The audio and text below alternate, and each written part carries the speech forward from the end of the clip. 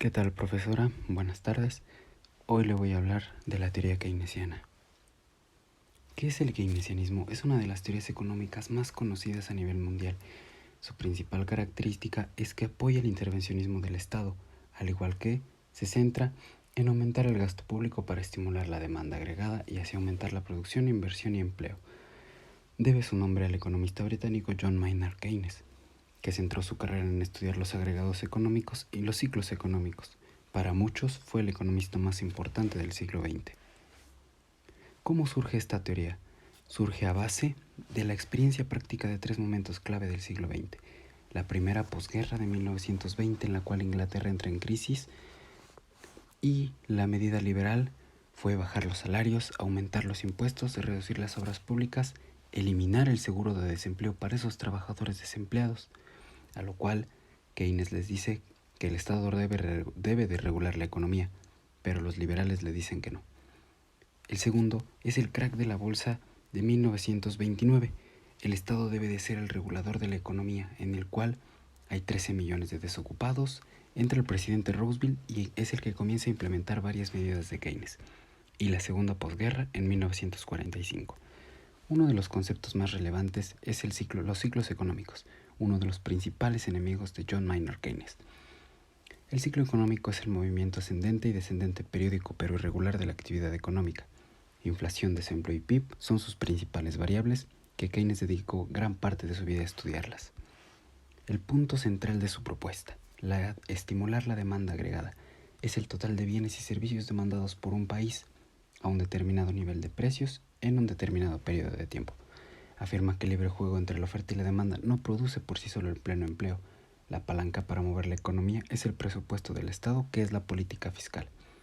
Se opone a la teoría de Smith, que dice que si se deja actuar libremente a los comerciantes, bancos e industrias, el mercado tiende a equilibrarse. También a la idea de los liberales, que dice que el mercado se regula por la oferta y la demanda, la dichosa mano invisible. Para Keynes, el nivel de empleo está determinado por la producción y la producción está estimulada por la demanda de bienes y servicios. Ahora pasamos al estado de bienestar, que es cuando ya intervino el Estado, la población cae en este estado de bienestar, en el cual el Estado les provee y garantiza los derechos de salario, educación a todos los habitantes del país. El desempleo es uno de los puntos principales de la crisis. Keynes argumenta que el paro no existe debido a la escasez de recursos, sino por la escasez de demanda, que provoca que no se consuma lo suficiente como para tener que producir dicha cantidad de bienes que dé trabajo a todos. Dicho de otra manera, el paro es el problema, es la falta de la demanda y no la falta de recursos, porque plantea que si hay desempleo, el Estado debe de crear puestos de trabajo. Otro de los conceptos importantes es el paro. Keynes cree que el problema es una demanda que no llega a todo lo que somos capaces de producir. Un factor importante para explicar el paro sería que los salarios les costase bajar cuando bajan los precios. Si los salarios no bajan y los precios sí, esto supondría que los trabajadores cobrarían más, en términos reales, lo que les resulta caro a las empresas. Se genera paro, lo que deprime el consumo y esa caída de la demanda hace que los precios bajen más. Como solución a ello, Keynes implementa varias políticas. Una es la política económica, en la cual los gobiernos serían los encargados de estimular la demanda a través de una política fiscal, del empleo, del déficit público, una política monetaria intentando que bajasen los tipos de interés y de la política cambiaria, que hace que las devaluaciones o depreciaciones de la moneda ya no se siga devaluando.